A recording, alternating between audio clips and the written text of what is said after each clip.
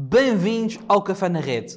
Eu sou o Terry Lima e hoje vamos ao coração da África, ao continente mãe, encontrar o melhor que se faz em desenvolvimento de talentos, gestão de pessoas e investimento. E como não poderia deixar de ser, mais uma vez encontramos no Editory Riverside Hotel, aqui na estação de Santa Apolónia, em Lisboa. Visitem, é um hotel de 5 estrelas de topo, no coração da cidade de Lisboa, com arte e uma localização fantástica. Como disse, vamos ao continente africano, nomeadamente Angola, para falar com a nossa convidada de hoje. Temos a honra de receber hoje uma profissional de destaque no setor de gestão de pessoas, com formação em universidades como a Católica Business School, a Católica Porto Business School, Nova School of Business e a Católica Luanda Business School. Uma carreira dedicada à gestão de talentos e desenvolvimento organizacional. O seu trabalho é pautado pela busca constante de inovação na gestão de pessoas, com foco no desenvolvimento de talentos locais e na criação de uma melhor cultura corporativa em Angola. A nossa convidada de hoje é Gladys Diniz, diretora de Capital Humano do Banco de Fomento de Angola. Gladys, muito obrigado pela sua presença aqui. Obrigada eu pelo convite, é uma honra.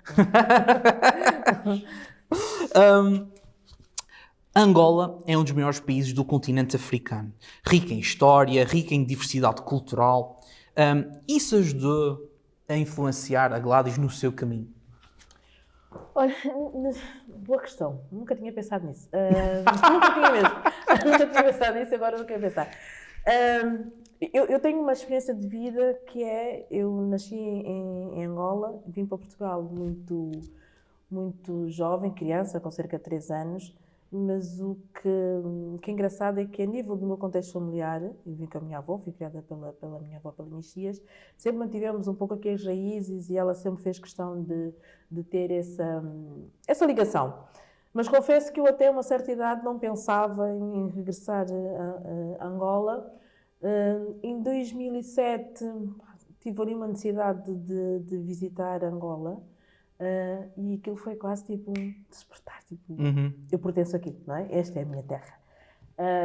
E depois, por contextos, eu digo um pouco de sorte e um bocadinho de pertinência também, recebi um convite para ingressar numa equipa na Motengil, na altura eu trabalhava no Grupo Motengil, para assumir um desafio de ser trainee num projeto que eles tinham, que pretendiam levar quadros para os Palopes, e nesse grupo tínhamos pessoas de Angola, pessoas de Moçambique, e aquilo foi, quando é conta, já estava com o passaporte na mão para regressar a Angola, e as pessoas me diziam, mas vais voltar, como é que é? Epá, vamos lá experimentar. Por isso eu acho que, se calhar o fator cultural, o fator das minhas raízes e aquela questão de manter a ligação a Angola, me fez mais tarde despertar para isso, não é? Confesso que agora esta pergunta me apanhou aqui um bocado e fiquei a pensar, uau. E é muito diferente olhar, por exemplo, para Portugal e olhar para Angola, países que são irmãos, têm uma relação histórica profunda, mas é muito diferente Portugal e Angola? Tem muitas semelhanças. Até não tivéssemos nós uma história muito próxima, relações familiares e para fora. Há uma coisa que eu sinto um pouco de diferença, que eu estava habituada cá em Portugal com a minha família, mas senti essa diferença, nós em Angola, principalmente a África, nós somos muito de família, nós temos um contexto de relação muito próximo entre nós.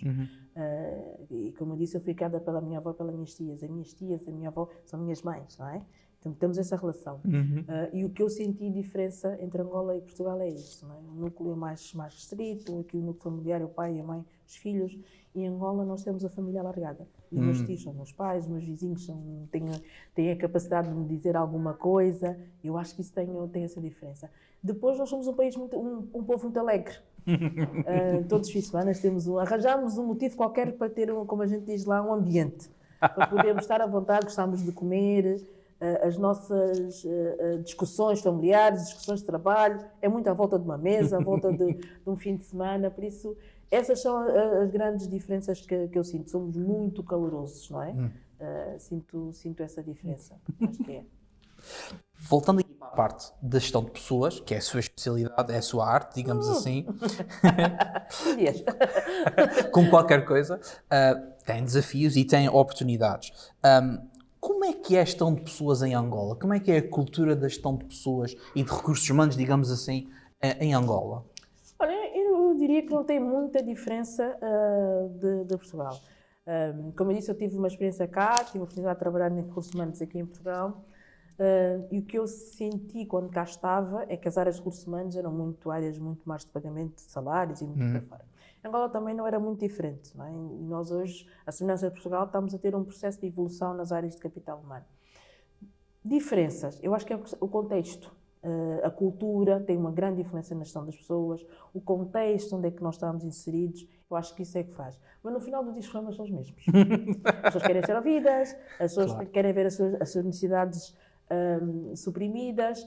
Portugal, se calhar, neste momento está num estágio diferente a nível da economia, a nível de contacto. Está na Europa, tem acesso a muita coisa. Angola tem feito um caminho muito grande nestes últimos anos e, se calhar, pode perder aqui algumas coisas. Digo perder não no sentido negativo, mas pode não ter dado passos tão céleres como Portugal deu em alguns temas. Mas, ao mesmo tempo, com o boom que houve com o fim do conflito e principalmente aí dos anos 2000 para cá, Angola também foi dando muitos passos. Temos muitas empresas estrangeiras a trabalhar em Angola, quer a nível de consultorias, empresas muito do oil and gas. Isto tem feito o país evoluir muito e ter aprendido muito com outras vias. Depois também nós vamos bebendo muito. Nós temos uma relação muito próxima com Portugal, bebemos muito aqui, também temos uma relação próxima com o Brasil, vamos indo buscando lá várias coisas. E depois também temos muita experiência, ou vamos ganhando muita experiência, principalmente o setor de oil and gas, tem regras muito fortes, vai aprendendo muito e vai trazendo isto para dentro das organizações, não é? Eu acho que isto tem beneficiado Angola. Eu diria que os problemas são os mesmos, já muda o contexto, muda tudo. E esses intercâmbios, por exemplo, a Gladys tem essa experiência internacional de ter trabalhado em múltiplos sítios, múltiplos países. Esse intercâmbio é importante na gestão de pessoas? Ter esse conhecimento de aqui faz dessa maneira, eu consigo integrar isto aqui, ok, eles aqui fazem assim, então eu consigo buscar isso para lá. Sim. Eu acho que é fundamental, porque eu costumo dizer que há duas cadeiras que são muito solitárias. A cadeira do CEO e a cadeira do responsável de recursos humanos, capital humano, estudo de pessoas, que a gente quiser chamar. Porque há decisões que são muito tomadas de forma muito isolada, a informação que a gente gera, e às vezes nem todo mundo percebe as nossas dores. E o facto de nós termos este intercâmbio, podemos falar com um colega que está noutra geografia, que se calhar viveu os mesmos problemas e a gente aprender com eles é muito importante. Eu costumo dizer que a roda já está inventada. Eu posso pegar naquela roda e colocar uma janta diferente. Então, por que eu hei de sofrer? Se o meu colega já sofreu, por que eu hei de sofrer? Eu tenho que aprender com ele como é que ele fez aquilo e como é que eu posso adaptar à minha realidade. O segredo é mesmo este. Se calhar o que você faz aqui, se calhar não posso fazer um copy-paste para lá sem mudar uma vírgula. Tenho que adaptar. Como eu disse, o contexto é diferente, as culturas são diferentes, a forma como as pessoas se relacionam são diferentes. Então, eu acho que isto nos faz aprender, não é? Ter este intercâmbio com Portugal, com o Brasil, com os Estados Unidos, com o de melhor se faz no mundo, a gente trazer e aprender. Acho que crescemos muito com pessoas e com profissionais. Sou ecologista. Muitas vezes o sucesso de uma empresa está intimamente ligado à componente motivacional, de satisfação das pessoas. As pessoas têm que se sentir motivadas e satisfeitas por estarem na empresa, têm que se sentir integradas, têm que sentir que elas fazem a parte dos projetos, que elas contribuem positivamente e que esse contributo positivo também é retribuído de volta às pessoas. O que podem fazer as empresas, de uma forma geral, ou se calhar alguma iniciativa, algum ponto que possa ter aí escondido na sua manga, mas o que podem fazer as empresas para que os seus quadros efetivamente se sintam satisfeitos e principalmente integrados na visão da empresa? Eu tenho uma opinião um pouco, às vezes, controversa. Eu costumo dizer, nós quando identificamos uma organização para ir trabalhar, nós temos que perceber qual é a cultura dessa organização.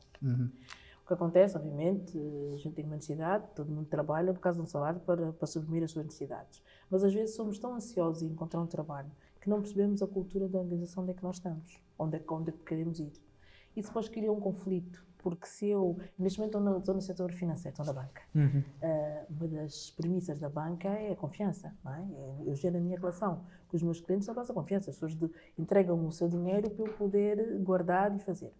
Então, se eu não sou uma pessoa que tenha as minhas relações assentes na confiança, no dever de fidúcia, da ética, eu vou ter um conflito com esta minha organização. Então, por mais que a organização faça coisas, eu vou ter uma dificuldade muito grande em me estar a sentir ali motivado. Isso é um ponto. Segundo ponto, eu acho que a motivação... eu não posso colocar a minha motivação, a minha felicidade na mão dos outros. Acho que isso é um maior dos erros que a gente comete. Eu, como organização, tenho que procurar criar políticas, processos, um bom ambiente de trabalho para que as pessoas se sintam motivadas a lá estar. Porque se eu disser que eu tenho que motivar, o que me motiva, se calhar, pode ser sair às 5 da tarde. Para si pode ser trabalhar no final do dia e não ter horário, não é? São motivações diferentes. Claro. Será que a organização consegue dar essa resposta? Essa resposta às duas. Difícil, não é? Porque são muitas pessoas a trabalhar ali. Por isso eu costumo dizer que as organizações têm que criar políticas, processos, um bom ambiente de trabalho para as pessoas se sintam lá bem. Porque depois isto vai ajudar a eu estar motivada. Se eu gostar do trabalho que eu faço, se eu sentir que tenho um propósito, se eu perceber que eu posso contribuir para o sucesso desta minha organização e que há um retorno nisto, eu vou me sentir mais motivada. E a motivação para mim é tipo felicidade. A felicidade não é constante. Eu tenho momentos de felicidade. E a motivação é a mesma coisa. Eu hoje posso estar muito motivada, mas amanhã, ai meu Deus, que horror, não é? Sim, não apetece da calma. Então eu acho que nós temos é que criar esse tipo de políticas e perceber que nem sempre vamos conseguir motivar o nosso colaborador todos os dias, da forma como ele quer, mas desde que haja este respeito e que a gente tenha tudo bem claro, porque às vezes também há agendas ocultas, como costumo dizer, isso vai fazer com que as pessoas se sintam mais plenas na execução do seu trabalho. Esta é a minha opinião. Eu acho que às vezes quando dissemos que as empresas têm que motivar os seus colaboradores, eu acho isso uma responsabilidade muito grande. Não é? E que tipo de estratégias as empresas podem aplicar? É pacotes salariais? São benefícios? São o clube de descontos? Essas são estratégias ou há outras coisas que podem ser feitas? Olha, podem ser feitas muitas coisas, mas eu acho que o segredo é ouvirmos as pessoas. Porque eu posso ter... Eu tenho muita opinião, sou muito opinativa. Mas às vezes a minha opinião pode não corresponder aos anseios das minhas pessoas, das pessoas da minha organização. E eu fui aprendendo que cada vez mais nós temos que ouvir as pessoas e perceber o que é que as pessoas querem. Quando eu percebo isso, eu entrego aquilo que as pessoas estão à espera. Estas são de expectativas, não é? E depois eu também tenho que ter a consciência que isto vai evoluindo. Se calhar o que me pede hoje não vai ser a mesma coisa que vai me pedir amanhã. Eu tenho que ter a capacidade de perceber se eu consigo responder isto. E quando não consigo, eu tenho também que ter a frontalidade de dizer, olha, eu percebo que isto pode ser importante para ti, mas eu neste momento não te consigo dar. Okay?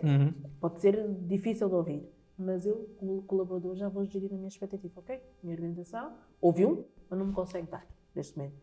Cabe-me a mim decidir se eu quero manter esta relação, se eu estou disponível para esperar ou se eu quero optar por outra solução. Por isso, podemos fazer N coisas, mas o que ontem era válido, hoje não é válido. O que funcionava para as minhas pessoas ontem pode não funcionar hoje. Então, o segredo é ouvir. Nós fazemos muito surveys, muito estudos de opinião, que a gente quiser chamar para ouvir as nossas pessoas. Agora, é importante pegar naquilo que a gente questiona e perceber, ok, eu tenho quais são os mais críticos e depois as organizações são feitas para dar resultados. Não tenhamos essa ilusão. Correto. Okay? O que é que as pessoas me disseram, o que é que isto vai impactar no meu negócio e como é que isto vai contribuir. O que é que eu posso resolver e em quanto tempo. Okay? Às vezes a nossa dificuldade é esta. Okay? É ouvir, priorizar e perceber também o que é impactante para o negócio. Porque não vale a pena a gente montar mesas de ping-pong. Se aquilo depois no final do dia não vai contribuir para o resultado da organização ou mudar o ambiente. Eu tenho que perceber se isto fizer sentido, tudo muito bem. Não faz sentido, é uma excelente ideia, mas vamos lá buscar outra solução para nós resolvermos o problema. Isso é um processo evolutivo. Para mim tem que ser sempre evolutivo, não pode ser estanque. Agora vamos entrar aqui no campo das perguntas pessoais, só porque eu não gosto que as conversas sejam sempre sérias e estamos aqui a falar insights muito fixes, mas agora é a minha vez de quebrar o gelo. Tá bem. Lisboa ou Luanda? Se tivesse que escolher, fazer um ranking... Olha, vou dizer... Meus conterrâneos que me desculpem, mas vou dizer Lisboa. E vou dizer Lisboa porquê? Por causa da minha história, não é? Para mim, Lisboa é a base. Até porque eu fui criada numa família muito próxima, fui criada com os meus primos todos, com as minhas tias e minhas avós, e depois todos nós acabámos por seguir percursos diferentes. Uns foram para Londres, outros foram para a França. E então Lisboa acaba por ser aquele sítio onde a gente acaba que se reúne. No verão, a gente sabe que naquele mês, julho, a gente se reúne aqui, uns conseguem vir, outros não. Por isso, para mim, Lisboa é a minha base. Eu, às vezes faço férias aqui, chego, tenho que passar por Lisboa, depois posso ir para o outro lado, não é? Mas Lisboa, para mim, é a cidade que me viu crescer, estudei aqui, por isso tenho essa ligação muito forte. Portanto, a Baía de Luanda não, tem que ser mesmo o Rio Tejo. Gosto. Eu gosto muito da Baía de Luanda, gosto muito de calor, mas... Está a ver aquele... Tenho dois amores. Do Marco Paulo. Mas estou em Lisboa, sinto-me bem, mas às vezes quando estou cá também há algum tempo já tenho saudades de ir. Então, estou assim dividida. É diretora de Capital Humano do Banco de Fomento de Angola, onde tem o papel importante de liderar múltiplas equipas, múltiplas pessoas, num setor muito competitivo que é o setor da banca. Quais são as ferramentas que utiliza no seu dia-a-dia que ajuda efetivamente na gestão de pessoas? Olha, eu gosto muito de rir. Rir é o melhor remédio. Sim. O outro é quem canta, seus males espanta. Eu acho que a gente já tem tantos problemas e gerir pessoas, estar nestas funções é muito estressante. Então eu sou apologista do ambiente de trabalho. Eu gosto de rir, eu gosto de desanuviar de vez em quando, porque quando a gente às vezes dá uma gargalhada, aquela adrenalina baixa e a gente se calhar está a ver um problema e de repente, já tenho uma solução. Então, uma das minhas técnicas é não chorar sobre o leite derramado. Eu gosto de rir e gosto sempre de pensar que tudo na vida tem solução. A única coisa que a gente não nos escolhe a solução é a morte, não é? Porque também ninguém nos vem lá contar se há outro lado. Exatamente. A gente tem muitas ideias, mas eu costumo dizer que há sempre uma solução. Hoje pode parecer que está um tsunami, que tudo vai desmoronar, mas se a gente recuar, eu era muito impulsiva, confesso, hoje já faço mais esse exercício de parar, tentar perceber o outro lado, tentar perceber qual é o problema, e às vezes é bom afastar. E às vezes rio, às vezes as pessoas até pode ser um bocado irritante, mas tem que fazer esse exercício de parar de pensar naquilo, rir um bocadinho, sair daquele contexto para depois voltar. Acho que isso me faz ser muito resiliente, é um exercício que eu faço. Mas por vezes as pessoas confundem isso como utilizar a comédia ou rir. Muitas vezes as pessoas levam isso muitas vezes como não posso falar com a Gladys porque ela nunca me leva a sério, porque ela está sempre a rir. Como é que nós gerimos isso? O equilíbrio. Eu também, quando quero ficar séria, também sou séria, não é? Também. Mas eu acho que, às vezes, até no ambiente corporativo, às vezes é bom ter esta quebra de gelo, não é? Porque também somos todos muito sérios. A vida é tão passageira, não vale a pena, não é? Eu acho que o segredo é dosear, ok? Quando é um momento sério, eu tenho que, obviamente, me concentrar e vamos lá resolver o tema. Não é? Também, como eu costumo dizer, também consigo meter a minha cara a 34, não é? Então, 34 é muito sério. Porquê 34? Eu não me acabou de ser. Mas eu acho que tem que haver esse equilíbrio. E as pessoas que trabalham comigo sabem que quando estamos num ambiente de descontração, estamos num ambiente de descontração. Mas quando é para trabalhar, não é? Eu acho que é mesmo um equilíbrio, ok? Fazer isto.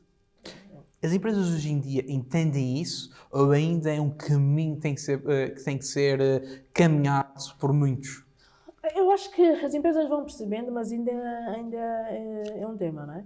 Eu tenho uma gargalhada muito expressiva. Eu, quando rio, eu não consigo. Eu dou uma gargalhada, não é? Às vezes as pessoas ficam tipo... Eu acho que, e vai-se falando muito sobre isto, sobre o tema da felicidade, como é que isto contribui para a produtividade. De facto, pessoas mais felizes contribuem mais, ou pelo menos fazem melhor e estão mais disponíveis. Então, se isto já tem sido tão estudado, por que é que a gente não vai trazer isto para o contexto das organizações e perceber que eu posso trabalhar, posso estar feliz e posso ser uma boa profissional. Não tem que ser uma profissional só muito, muito séria, não é? E eu acho que as organizações têm que pensar nesse facto. Eu já passo muitas horas do meu dia ali. As pessoas às vezes passam mais tempo nos trabalhos com os seus colegas do que passam com as suas famílias.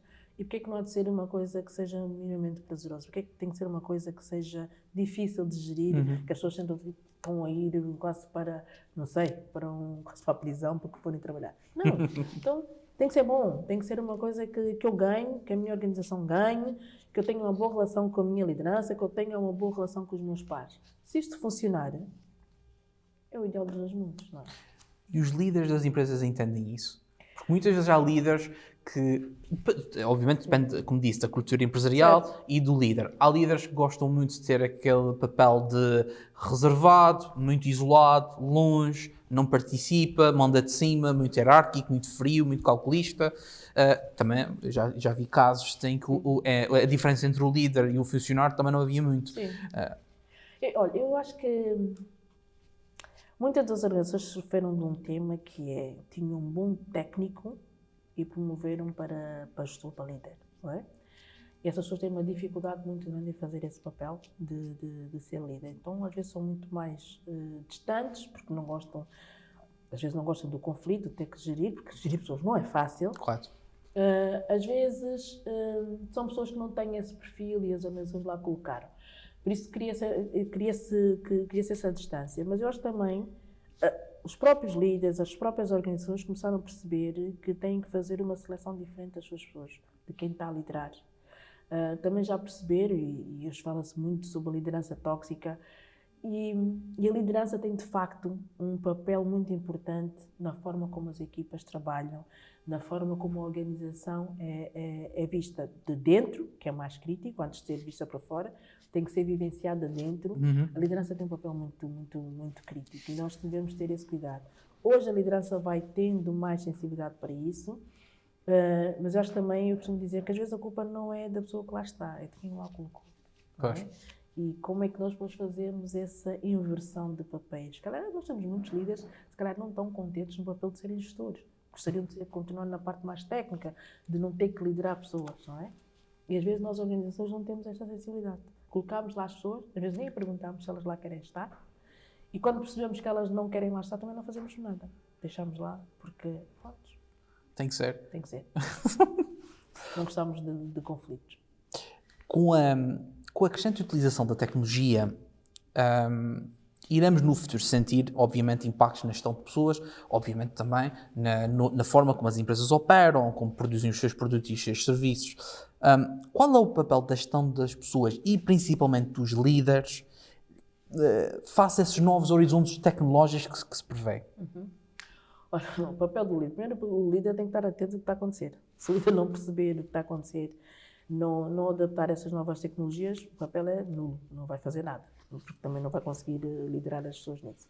Por isso acho que os líderes têm que estar sempre a aprender e perceber o que é que está a acontecer no momento, as novas tendências, para depois conseguir trazer dentro das suas equipas.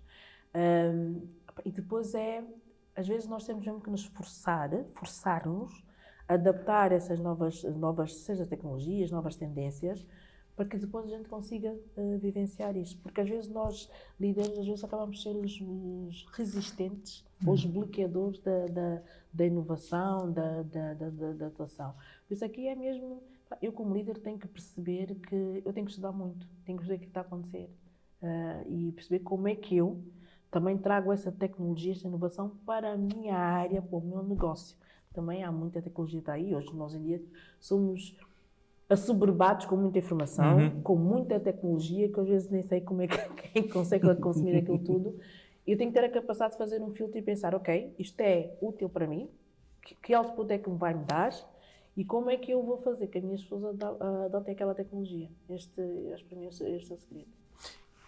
Gladys, muitas vezes as pessoas também são informadas, também acompanham as tendências e muitas vezes tentam trazer para a sua equipa ou para a sua empresa essas novas ideias, essas novas tendências e às vezes as lideranças não gostam. Ou porque acham que é uma tentativa de ganhar protagonismo ou de tirar o lugar. tirar o lugar. E, exatamente. É fácil gerir isso. Ou seja, a liderança que tem esse papel, mas ao mesmo tempo tem que aceitar que todos podem contribuir para a equipa, para a empresa. Olha, eu vou aprendendo, tenho aprendido muito nesta jornada e há uma coisa que eu costumo dizer. Às vezes nas nossas equipas, e é bom, que a gente tenha pessoas que sabem mais que nós. O líder não tem que saber tudo. Há muita coisa que eu não sei. Às vezes eu ouço a minha equipa falar e fico, tenho que ir lá para casa estudar isso. O segredo é, para mim, humildade. O líder, para mim, é como um maestro. Ou seja, tem que ter a capacidade de coordenar as equipas e perceber que aquilo funciona. Não tem que ser o detentor de tudo. E às vezes é muito cansativo quando é o líder que tem que puxar a equipa e ser o detentor do conhecimento, porque senão não estamos a contribuir. Por isso, para mim, é humildade. O líder tem que ter a humildade a perceber que há pessoas que sabem mais do que ele e tem que usar esse conhecimento em prol da equipa e do negócio. Não é nada. Quais são os pilares fundamentais, digamos assim, que os líderes e as empresas devem seguir nesses tempos de mudança? Pilares. Adoro. Olha, a abertura. Abertura para integrar o que é desconhecido. Uma abertura para a gestão da mudança. Resiliência. E diria que capacidade de reação. Porque às vezes nós demoramos muito a reagir. E quando demos conta, já foi. E cada vez mais nós vamos assistindo várias empresas que se calhar nunca pensaríamos na vida que deixariam de existir. E pelo facto de terem reagido tão tarde, acabaram por desaparecer, por perder o seu posicionamento no mercado. Eram, se calhar, promotoras de muita coisa. E por essa inércia, acabaram de poder só levar no pódio. Por isso, não sei se é pilar, se é o que, mas eu acho que são aqui várias características que as organizações têm que adotar nos próximos tempos. A informação vem de uma forma tão rápida que a gente tem que ter a capacidade de fazer filtro e perceber que ou eu me adapto e vou nesta crista, ou então eu sou derrubada na primeira onda. Inteligência artificial é uma realidade. Antes era uma ideia de ficção científica, agora é uma realidade. Filmes, não é? Exatamente, pensávamos nós não ia passar dos filmes e afinal de contas nós já temos ChatGPT, Geminis e muitos outros. As pessoas têm que se adaptar, obviamente, à realidade da inteligência artificial, mas há sempre o receio da substituição, que a inteligência artificial vai ocupar posições que eram feitas das pessoas, para pessoas e por aí afora. Como é que acha que se deve equilibrar esta relação de pessoas, das suas necessidades e das suas capacidades, versus inteligência artificial, automatização e o mundo digital? A IA veio para ficar, não vai desaparecer. Não vale a pena a gente combater. Okay? Vai ser uma guerra em glória. Da mesma forma, eu estava a olhar para ali e estava a ver, antigamente nós escrevia-se nas máquinas, certo?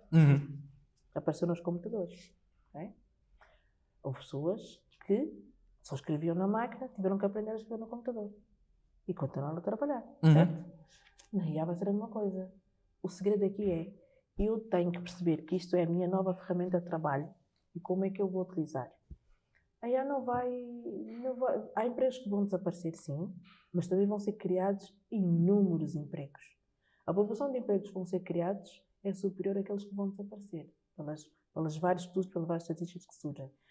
Agora, quem vai ter chances no futuro, ou grandes chances no futuro, são as pessoas que dominam a inteligência artificial. Quem souber utilizar a inteligência artificial vai continuar a ter o seu lugar no mercado de trabalho. Tem que se adaptar e não ser resistente. Se a gente coloca essa resistência, vamos não ficar no caminho e vamos perder os nossos empregos. Depois é pensar como é que eu posso utilizar a inteligência artificial para melhorar a minha atividade. Nós queixamos de duas coisas. Tempo não volta, é escasso, e de dinheiro, não é? Todos nós temos essa necessidade de ter esses dois recursos. Se eu utilizar a inteligência artificial e conseguir fazer mais em menos tempo, eu estou a ganhar tempo, certo? Que é um recurso escasso. Se eu conseguir fazer bem, ter maior produtividade, automaticamente isso também vai se refletir no outro recurso que é dinheiro. Então, eu tenho que pegar a inteligência artificial e ver, ok, eu estou na área de recursos humanos, o que é que eu posso trazer para a minha atividade que vai me diminuir o tempo que eu estou ali a fazer aquilo e como é que vai me incrementar mais resultados. Porque se eu for uma boa profissional e faço isto, automaticamente eu também vou ser um recurso valioso, as pessoas também vão ser melhor remuneradas. eu tenho que fazer isto, o meu negócio também vai melhorar, pode trazer mais recursos. Devemos deixar de olhar para a inteligência artificial como um bicho-papão. E pensar, como é que isso vai mudar? Antigamente nós tirávamos fotografias com máquina, não era digitais, não é? Era com o rolo. Agora Clique, todo clique. mundo tem uma máquina digital na mão, todos os telemóveis são. Ok, os fotógrafos deixaram de existir? Não. Adaptaram-se, não é? Isto é válido para todas as atividades. Eu vou ter que utilizar aquilo em meu benefício e ver como é que eu posso ganhar com isto. Falando em negócios, investimentos e por aí afora, a Gladys atualmente trabalha em Angola. E como é que é o mundo de negócios em Angola? Como é que é o ambiente empresarial em Angola? É efervescente. Não, mas a falar sério, é fácil abrir negócio em Angola? É fácil investir? É fácil implementar, organizar recursos? Sim. Olha, já houve momentos que foram mais desafiantes. Eu acho que neste momento Angola está a fazer um caminho muito interessante de melhorar o ambiente de negócios. Há uma coisa que também acho que tem que ser dita, que é, obviamente, se eu achar que, vou dizer isto, que eu posso achar que eu vou montar um negócio hoje para amanhã em Angola e trago, se calhar, tecnologia obsoleta e por aí fora, não vai funcionar. Porque Angola também deu passos muito interessantes em vários setores. E se eu perceber que eu vou trazer um produto ou um serviço que seja útil para resolver um problema, a pessoa consegue. Tem que ser resiliente, porque é um mercado que está também num processo de emergência. Tem ali um contexto também de formação das próprias pessoas para estar nos vários setores. Mas eu digo que, da mesma forma que às vezes uma empresa nasce aqui do dia para a noite, lá também acontece. Okay? É como todos os mercados. O ser empreendedor não é para todos, é desafiante. O ser investidor não é para todos, é para quem também tem um amor muito grande àquilo que está a fazer e tem que ser muito resiliente. Isso é facto. Mas se tiver esse olhar não de curto prazo, mas um olhar de médio e longo prazo, consegue se estabilizar e perceber que tem que formar as pessoas para garantir que o seu negócio vai funcionar. É como todos os mercados. Um ambiente de negócio tem que ser construído e tem que ser feito por todas as partes envolvidas. Okay? O Estado faz a sua parte, tentando fazer esse processo. Obviamente temos coisas para melhorar. A burocracia tem sido um tema que tem sido trabalhado para não ser tão burocrático. Mas, obviamente, todos nós temos consciência que há ali pontos que tem que se olhar, né? E perceber que, claro, o empreendedor, o investidor de há 5 anos atrás não é o mesmo de hoje, não é? E como é que nós, como país, vamos nos adaptar a isso? Como é que vamos preparar as nossas pessoas para dar resposta a esse tipo de novos negócios, novas empresas que estão a surgir no mercado? Angola é um dos maiores países do continente africano, não só em território, mas também em termos de população. E uma das coisas que, efetivamente, quando se fala em África, é o grande potencial humano, porque é um continente relativamente jovem ainda, em termos de faixas etárias e de idades. Existe muito talento em Angola, há muito trabalho a fazer. Se uma empresa quiser recrutar, ou quiser se instalar em Angola, ou recrutar em Angola, já há quadros, já há talento? Nós às vezes temos um tema que gostaria que queremos ficar nas pessoas e achar que já estão prontinhas, não é? Eu costumo dizer que aquilo são diamantes em bruto, nós temos que lapidar. Temos de ter essa consciência que, se calhar, o movimento que Portugal teve de Europa, de muitas faculdades e ter muita gente ali a ser formada, Angola está a fazer esse caminho, não é?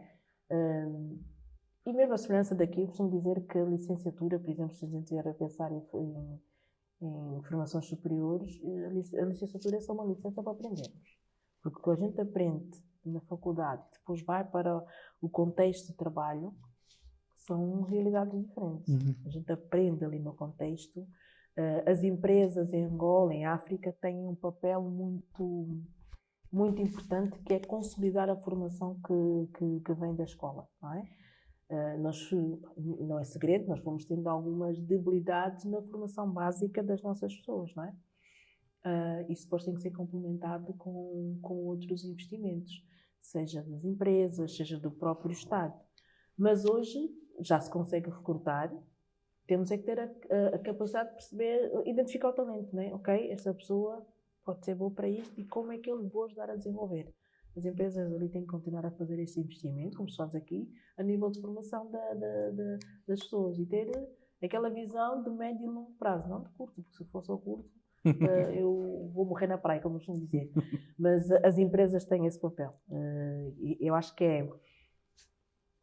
Eu não vou dizer que é uma responsabilidade social, porque não olho assim, mas eu acho que as empresas fazem parte de um ecossistema e têm que contribuir para isso.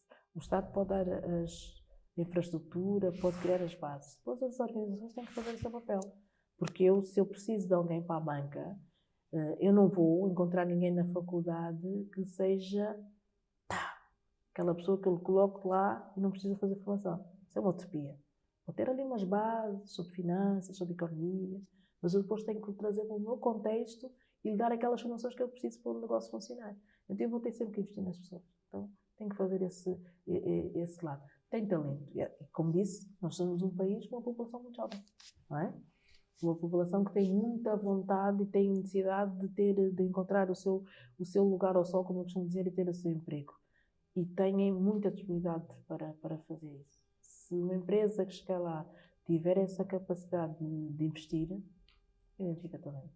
Talento existe, mas nós é que não conseguimos identificá-lo bem. E, por exemplo, o mercado laboral de Angola é flexível, é muito de empregos estanques, existe a capacidade de eu estou aqui, não gosto, estou farto, não estou motivado, a relva é mais verde aqui na casa do vizinho, portanto eu vou para a empresa aqui do vizinho. Existe essa facilidade ou existem entraves? Olha, a relação laboral em Angola durante muito tempo foi muito similar a de Portugal. Bem, dizia que fosse copy-paste daqui. Não vai mudar nenhuma coisa. Mas isso também tem a ver com as gerações. Eu lembro quando eu saí da minha organização e disse à minha mãe que ia mudar. Às vezes até parecia que era ela que ia fazer essa mudança. Não vais mudar. Porquê? Porque a geração dela estava habituada ao emprego para a vida. Okay? As gerações que vêm a seguir já não têm já estão disponíveis para experimentar outras coisas. A geração que vem depois de mim, 3 anos numa organização, é muito tempo para alguns deles. Emprego para a vida já se foi. Já se foi. Isso acontece em Angola. Tem outro tema que se calhar o mercado não é tão grande para as pessoas poderem fazer estas movimentações que se calhar como se faz noutras geografias, mas hoje as pessoas já olham para o emprego que têm, para a situação onde é que está e já se questionam se querem manter. Nós já vamos assistindo pessoas que saem da organização e às vezes não têm um plano B, mas já não querem mais, aquilo já não faz sentido para eles. Isso vai acontecendo. Depois também depende muito da maturidade e do setor onde é que as pessoas estão. Okay? Mas isso já começa a ser uma realidade. Nós hoje eu costumo dizer que estamos a 2 velocidades. Nós temos uma geração que ainda está nessa fase do emprego, até tem filhos, o que é que seja, e depois temos a outra geração que está a entrar no mercado com muita força, que já não está preocupada com isso. Já não estão preocupados com o relógio dourado ao fim de 15 anos. Não. Não, e dizem mesmo, não, como é que é possível? 15 anos, 10 anos, não. E respondem que não conseguiam lá estar. Podem gostar muito, mas querem ter outras experiências de vida. E eu acho que fazem muito bem. Sou apologista, pudesse fazer. Eu na minha família tenho uma piada corrente por causa disto. Porque eu sou a pessoa que, ora está aqui, ora foi para ali, e muitas vezes, porque eu sou dos Açores, e quando volto para casa, questiono logo, então, ainda estás no mesmo emprego, já te saltaste? Tipo, pá, caramba, a última vez que eu estive aqui foi tipo há 3 meses atrás, não... As pessoas já perguntam, agora estás aonde? Já não estás, Exato. Olha, tu não trabalhavas aqui, tipo, há muito tempo atrás. Não, estás atrasado. Estás atrasadíssimo. Já se passaram 2 ou 3 empresas depois disso. Lá diz, já estamos aqui a chegar à reta final da nossa entrevista. Já. Não bateu o recorde.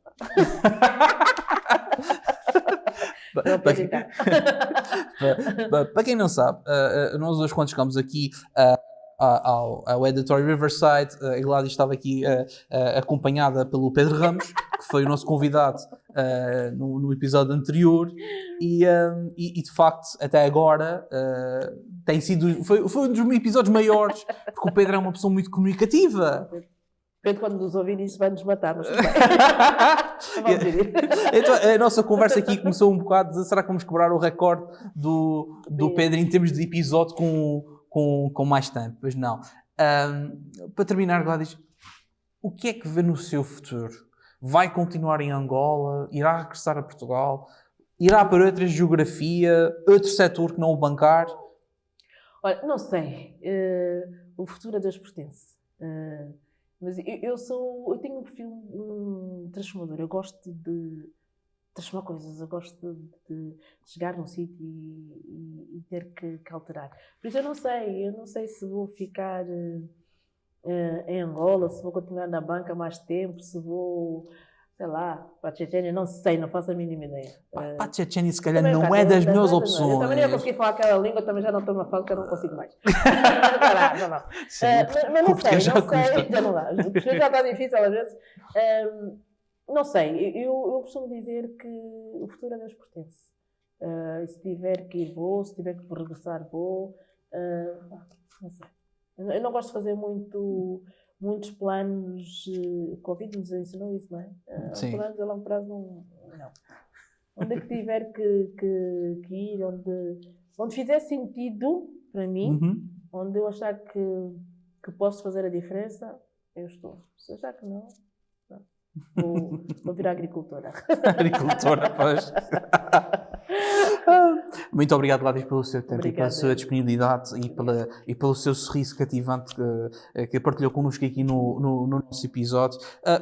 Por hoje é tudo. Não se esqueça de nos seguir e de ver os próximos episódios. Para a próxima semana estaremos cá à sua espera para mais uma conversa aqui no Café na Rede. Muito obrigado. Até à próxima.